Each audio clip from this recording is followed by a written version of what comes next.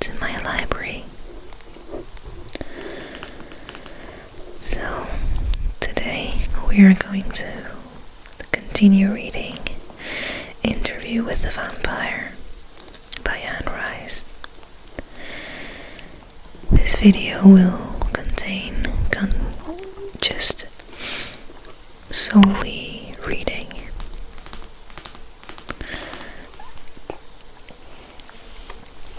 So, if that's not something you're interested in, you can just watch my other videos.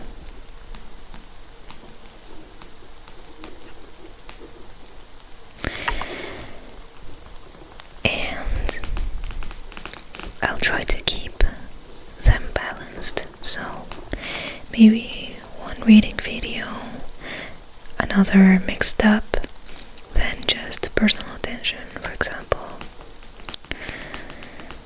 But yeah, so let's begin. Well, continue. So we had left off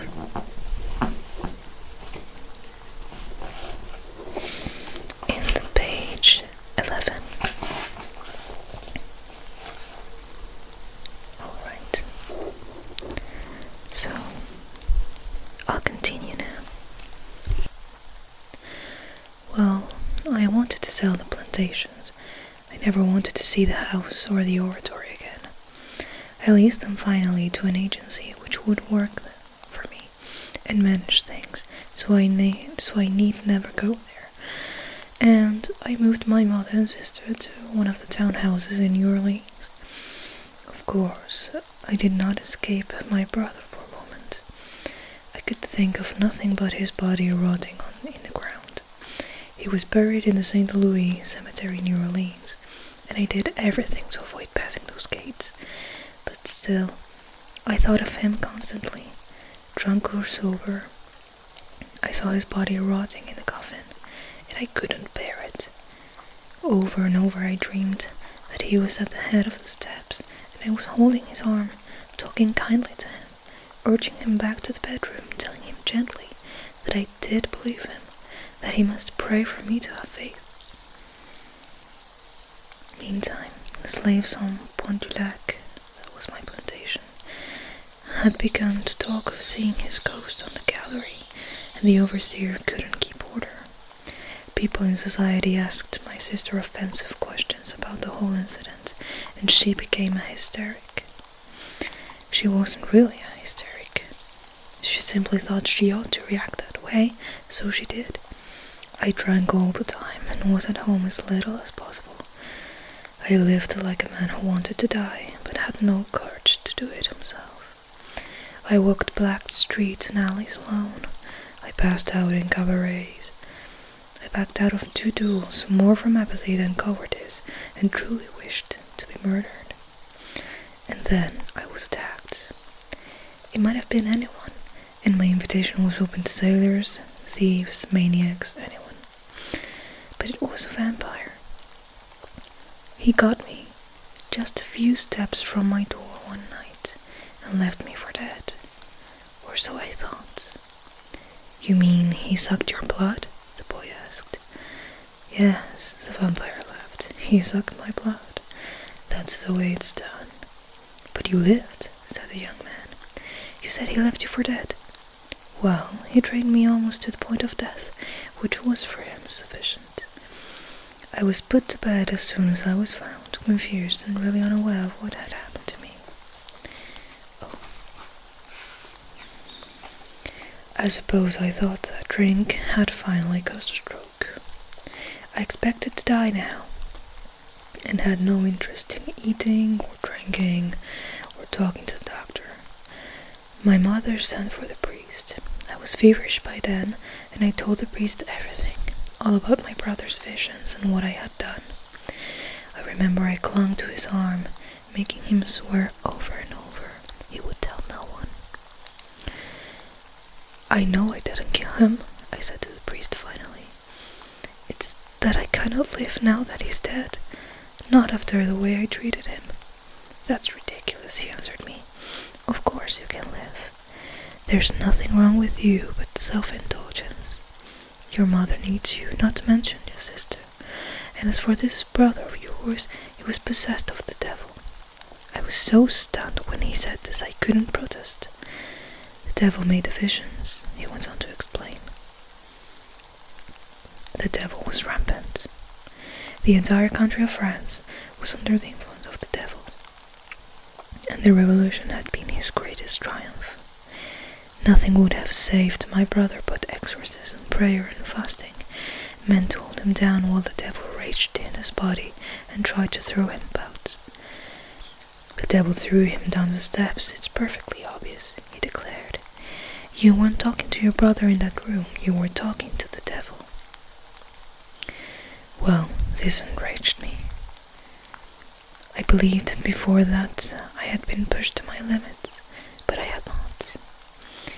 He went on talking about the devil, about voodoo amongst the slaves, and cases of possession in other parts of the world, and I went wild. I wrecked the room in the process of nearly killing him. But your strength, the vampire, asked the boy. I was out of my mind, the vampire explained. I did things I could not have done in perfect health. The scene is confused, pale, fantastical now. But I do remember that I drove him out of the back doors of the house, across the courtyard, and against the brick wall of the kitchen, where I pounded his head until I nearly killed him. When I was subdued finally, and exhausted and almost to the point of death, they bled me. The fools. But I was going to say something else. It was then that I conceived of my own egotism. Perhaps I'd seen it reflected in the priest. His contemptuous attitude towards my brother reflected my own. His immediate and shallow carping about the devil. His refusal to even entertain the idea that sanctity had passed so close. But he did believe in possession by the devil. That is a much more mundane idea, said the vampire immediately. People who cease to believe in God or goodness altogether still believe in the devil. I don't know why. No, I do indeed know why. Evil is always possible, and goodness is eternally difficult.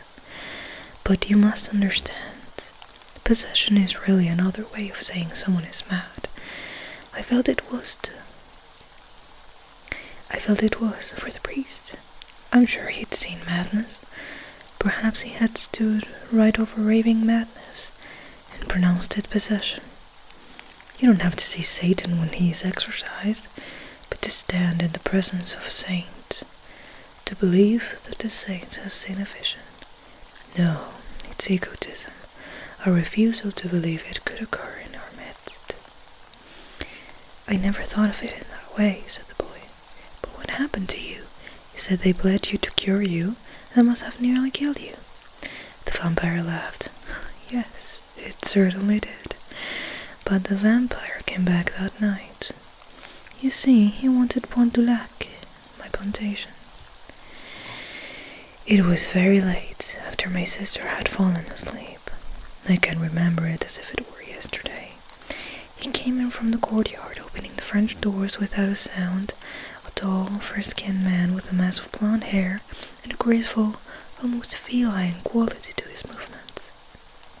And gently he draped a shawl over my sister's eyes and lowered the wick of the lamp.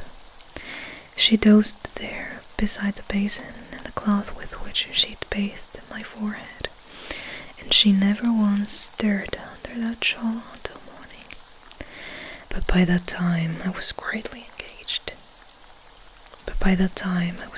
changed. What was this change? Asked the boy. The vampire sighed. He leaned back against the chairs and looked at the walls. At first I thought he was another doctor, or someone summoned by the family to try to reason with me, but the suspicion was removed at once. He stepped close to my bed and leaned down so that his face was in the lamplight, and I saw that he was no ordinary man at all. His grey eyes burned with an incandescence, and the long white hands which hung by his sides were not those of a human being. I think I knew everything in that instant, and all that he told me was only aftermath. What I mean is, the moment I saw him, saw his extraordinary aura, and knew him to be no creature I'd ever known, I was reduced to nothing. That ego which could not accept the presence of an extraordinary human being in its midst was crushed. All my conceptions, even my guilt and wish to die, seemed utterly unimportant. I completely forgot myself, he said, now silently touching his breast with his fist. I forgot myself totally, and in the same instant knew totally the meaning of possibility. From then on, I experienced only increasing wonder. As he talked to me and told me of what I might become, of what his life had been and stood to be, my past shrank to embers. I saw my life as if I stood apart from it, the vanity, the self-serving, the constant fleeing from one petty annoyance after another, the lip service to God and the Virgin, and a host of saints, whose names filled my prayer books, none of whom made the slightest difference in a narrow, materialistic and selfish existence. I saw my real gods, the gods of most men. Food, drink, and security and conformity. Cinders. The boy's face was tense with a mixture of confusion and amazement.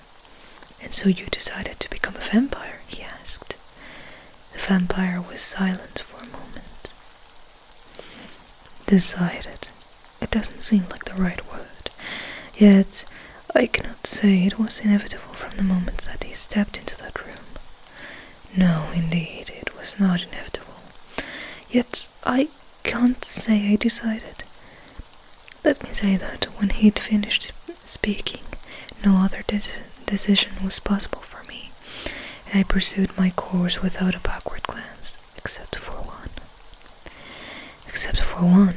What? My last sunrise, said the vampire. That morning, I was not yet a vampire, and I saw my last sunrise. I remember it completely, yet I do not think I remember any other sunrise before it. I remember the light came first to the tops of the French windows, a paling behind the lace curtains, and then a gleam growing brighter and brighter in patches among the leaves of the trees. Finally, the sun came through the windows themselves, and the lace lay in shadows on the stone floor, all over the form of my sister, who was still sleeping, shadows of lace on the shawl over her shoulders and head. As soon as she was warm, she pushed the shawl away without awakening, and then the sun shone full on her eyes, and she tightened her eyelids. Then it was gleaming on the table where she rested her head on her arms, and gleaming, blazing, in the water in the pitcher. And I could feel it on my hands, on the counterpane, and then on my face. I lay on the bed, thinking about all the things the vampire had told me, and then it was that I said goodbye to the sunrise and went out to become a vampire. It was the last sunrise. The vampire was looking out of the window again. And when he stopped, the silence was so sudden, the boy seemed to hear it. Then he could hear the noises from the street. The sound of a truck was deafening. The light cord stirred with a vibration. Then the truck was gone. "Did you miss it?" he asked then in a small voice. "Not really," said the vampire. "There are so many other things. But where were we? You want to know how it happened, how I became a vampire?" "Yes," said the boy. "How did you change exactly?" "I can't tell you exactly," said the vampire. "I can tell you about it, enclose it with words that will make the value of it of it to me evident to you. But I can't tell you exactly, any more than I could tell you exactly what is the experience of sex if you have never had it. The young man seemed struck suddenly with still another question, but before he could speak, the vampire went on. As I told you, this vampire Lestat wanted the plantation. A mundane reason, surely, for granting me a life which will last until the end of the world, but he was not a very discriminating person. He didn't consider the world's small population of vampires as being a select club, I should say. He had human problems.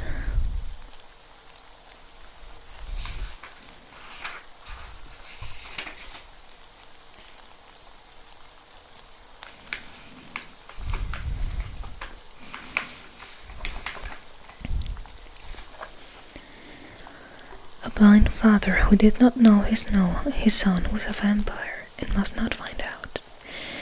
Living in New Orleans had become too difficult for him, considering his needs and the necessity to care for his father, and he wanted pt2.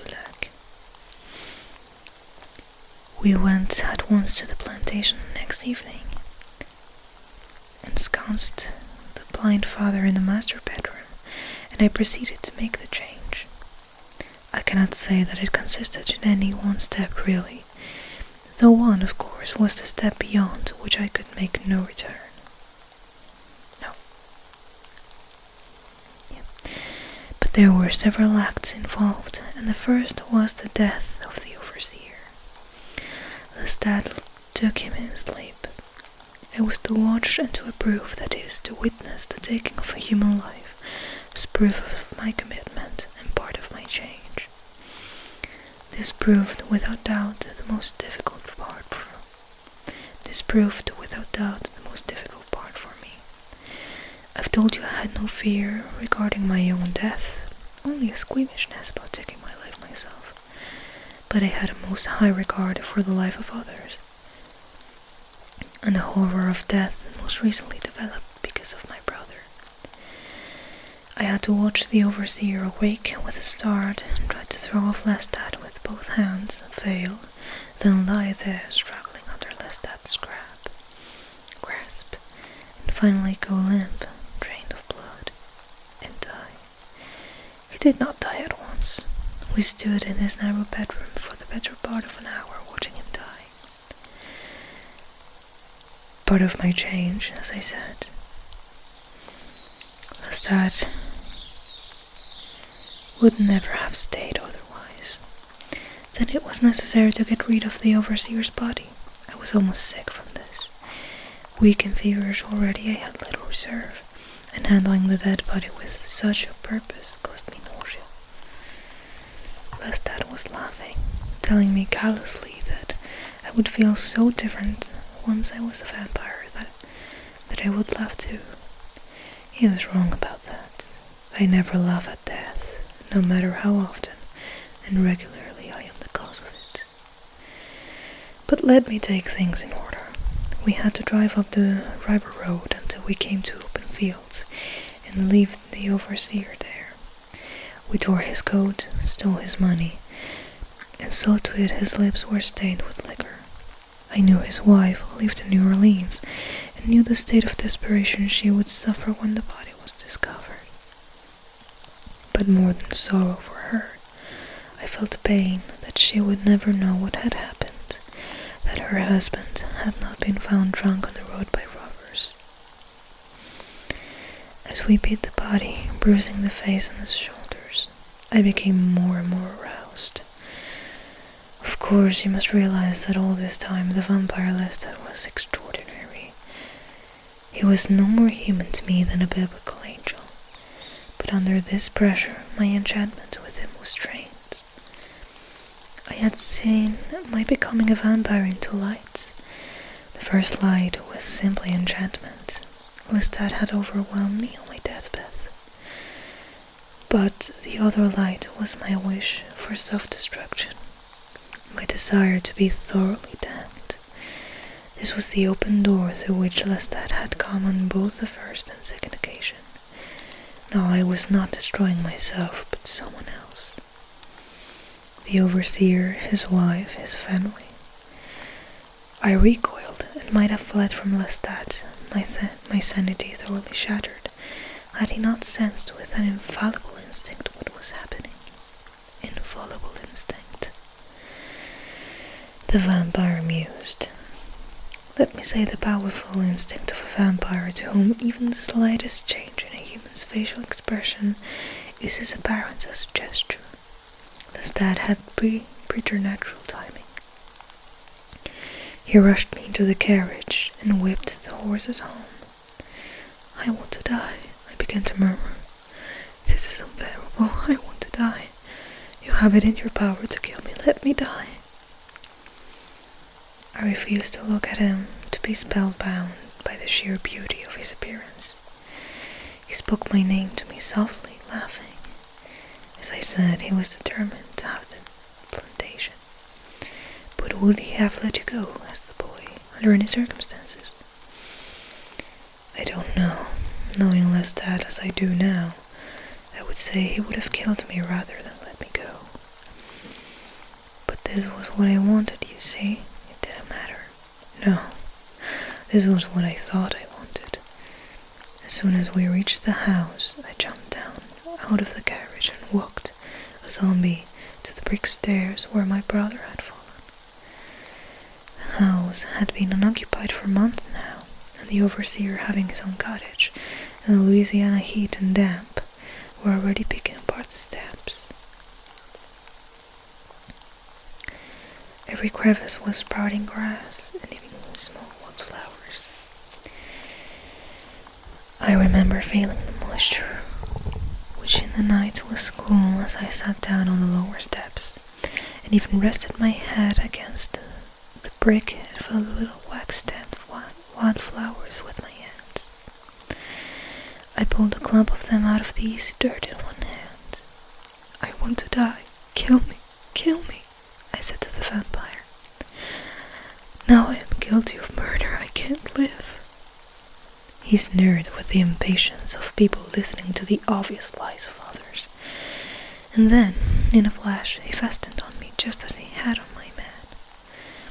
I thrashed against him wildly. I dug my boot into his chest and kicked him as fiercely as I could, his teeth stinging my throat, the fever pounding in my temples. And with a movement of his entire body, much too fast for me to see, he was suddenly standing distinctly at the foot of the steps. I thought he wanted to die, Louis, he said. The boy made a soft, abrupt sound when the vampire said his name, which the vampire acknowledged with the quick statement, "Yes, that is my name," and went on. Well, I lay there helpless in the face of my own cowardice and fatuousness again, he said. Perhaps so directly confronted with it, I might in time have gained the courage to truly take my life, not to whine and beg for others to take it. I saw myself turning on a knife then, languishing in a day-to-day suffering, which I found as necessary as penance from the confessional, truly hoping death would find me unaware and render me fit for eternal pardon. And also, I saw myself as if in a vision, standing at the head of the stairs, just where my brother had stood, and then hurtling my body down on the bricks. But there was no time for courage. Or shall I say, there was no time in Lestat's plan for anything but his plan. Now listen to me, Louis, he said, and he lay down beside me now on the steps, his movements so graceful and so personal that at once it made me think of a lover. I recoiled, but he put his right arm around me and pulled me close to his chest. Never had I been this close to him before, and in the dim light I could see the magnificent radiance of his eye and the unnatural mask of his skin. As I tried to move, he pressed his right fingers against my lips and said, "Be still. I am going to train you now to the very threshold of death. And I want you to be quiet. So quiet that you can almost hear the flow of blood through your veins. so quiet that you can hear the flow of that same blood through mine. It is your consciousness, your will, which must keep you alive. I wanted to struggle, but he pressed so hard with his fingers that he held my entire body prone, in check, and as soon as I stopped my abortive attempt at rebellion, he sank his teeth into my neck. The boy's eyes grew huge. He had drawn farther and farther back in his chair as the vampire spoke, and now his face was tense, his eyes narrow, as if he were preparing to weather a blow. "Have you ever lost a great amount of blood?" asked the vampire. "Do you know the feeling?" The boy's lips shaped the word no, but no sound came out. He cleared his throat. "No," he said.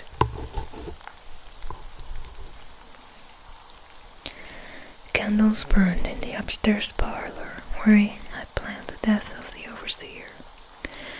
An oil lantern swayed in the breeze on the gallery. All of this light coalesced and began to shimmer, as though a golden presence hovered above me, suspended in the stairwell, softly entangled with the railings, curling and contracting like smoke.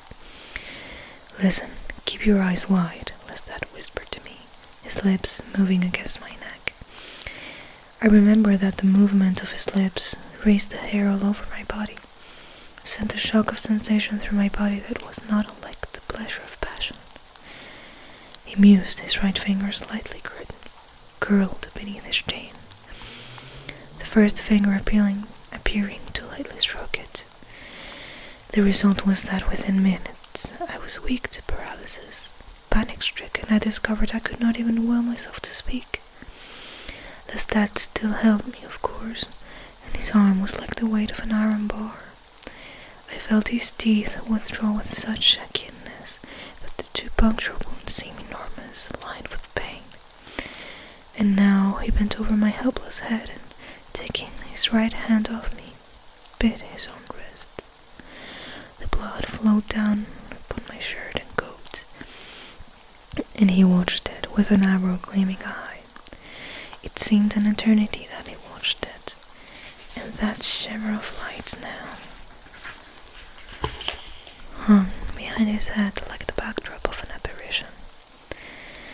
I think that I knew what he meant to do even before he did it, and I was waiting in my helplessness as if I'd been waiting for years.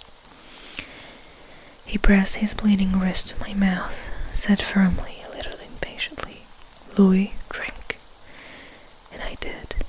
"Steady, Louis, and hurry," he whispered to me a couple of times.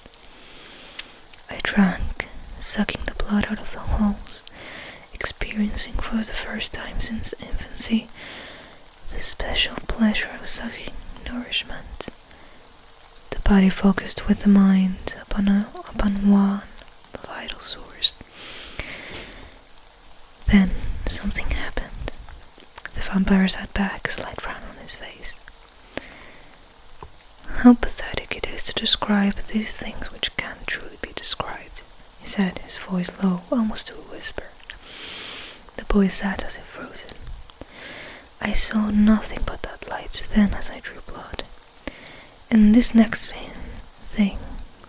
thing was sound. A dull roar at first, and then a pounding like the pounding of a drum, growing louder and louder, as if some enormous creature were coming up on one slowly through a dark and alien forest, pounding as he came, a huge drum. And then there came the pounding of another drum, as if another giant were coming yards behind him, and each giant's instant on his own drum gave no notice to the rhythm of the other. The sound grew louder and louder, until it seemed to fill not just my hearing, but all of my senses, to be throbbing in my lips and fingers, in the flesh of my temples, in my veins. Above all, in my veins, drum, and then the other drum, and then Lestat pulled his wrist free suddenly, and I opened my eyes, and checked myself in a moment of reaching for his wrist, grabbing it, forcing it back to my mouth at all costs. I checked myself because I realized that the drum was my heart, and the second drum had been his. The vampire sighed. Do you understand? The boy began to speak, and then he shook his head. No, I do, he said. Of course, said the vampire, looking away. Wait, said the boy in a welter of excitement. The tape is almost gone. I have to turn it over. The vampire watched patiently as he changed it. What happened then? The boy asked. His face was moist, and he wiped it hurriedly with his handkerchief. I saw as a vampire, said the vampire, his voice now slightly detached. It seemed almost distracted. Then he drew himself up. Lestat was standing again at the foot of the stairs, and I saw him as I could not possibly have seen him before. He had seemed white to me before, starkly white, so that in the night he was almost luminous, and now I saw him filled with his own life and own blood. He was radiant, not luminous. And then I saw that not only Lestat had changed, but all things had changed. It was as if I had only been just able to see colors and shapes for the first time. I was so enthralled with the buttons on Lestat's black coat that I looked at nothing else for a long time. Then Lestat began to laugh, and I heard his laughter as I had never heard anything before. His heart I still heard like the beating of a drum, and now came this metallic laughter. It was confusing, each sound running into the next sound, like the mingling reverberations of bells, until I learned to separate the sounds, and then they overlapped, each soft but distinct, increasing but discreet peals of laughter. The vampire smiled with light. Peals of bells. Stop looking at my buttons, Lestat said. Go out there into the trees. Rid yourself of all the human waste in your body, and don't fall so madly in love with the night that you lose your way. That, of course, was a wise command. When I saw the moon on the flagstones, I became so enamored with it that I must have spent an hour there. I passed my brother's oratory without so much as the thought of him, and standing among the cottonwood and oaks, I heard the night as if it were a chorus of whispering women, all beckoning me to their breasts. As for my body, it was not yet totally converted, and as soon as I became the least accustomed to the sounds and sights, it began to ache. All my human fluids were being forced out of me. I was dying as a human, yet completely alive as a vampire, and with my awakened senses, I had to preside over the death of my body with a certain discomfort, and then finally, fear. I ran back up the steps to the parlor, where Lestat was already at work on the plantation papers, going over the expenses and profits for the last year.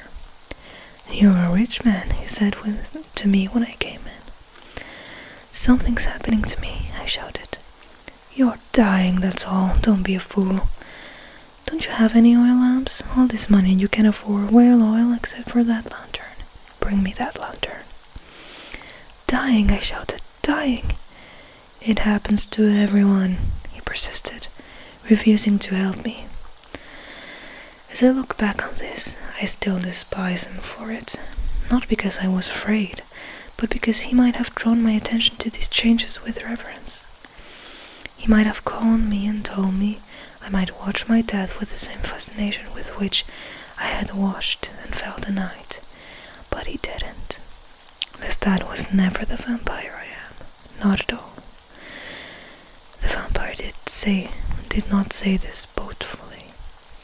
He said it as if he would truly have had it otherwise. Alors, he sighed. I was dying fast, which meant that my capacity for fear was diminishing as rapidly. I simply regret I was not more attentive to the process.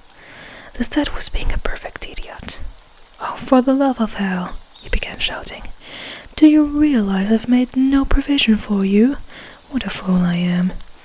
I was tempted to say, yes, you are, but I didn't. You'll have to bed down with me this morning. I haven't prepared you a coffin." The vampire laughed. The coffin struck such a chord of terror in me, I think I absorbed all the capacity for terror I had left. Then came only my mild alarm at having to share a coffin with Lestat. He was in his father's bedroom meantime, telling the old man goodbye, that he would return in the morning. "But where do you go? Why must you live by such a schedule?" the old man demanded, and Lestat became impatient. Before this, he'd been gracious to the old man, almost to the point of sickening one. But now he became a bully. "I take care of you, don't I? I've put a better roof over your head than you ever put over mine. If I want to sleep all day and drink all night, I'll do it, damn you." The old man started to whine.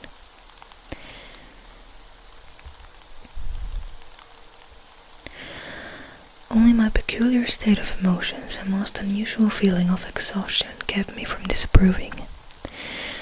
I was watching the scene through the open door, enthralled with the colors of the counterpane and the positive riot of color in the old man's face. His blue veins pulsed beneath his pink and grayish flesh. I found even the yellow of his teeth appealing to me, and I became almost hypnotized by the quivering of his lip. Such a son," he said, never suspecting, of course, the true nature of his son. "All right then, go. I know you keep a woman somewhere. You go to see her as soon as her husband leaves in the morning. Give me my rosary. What's happened to my rosary?" Lestat said something blasphemous and gave him the rosary.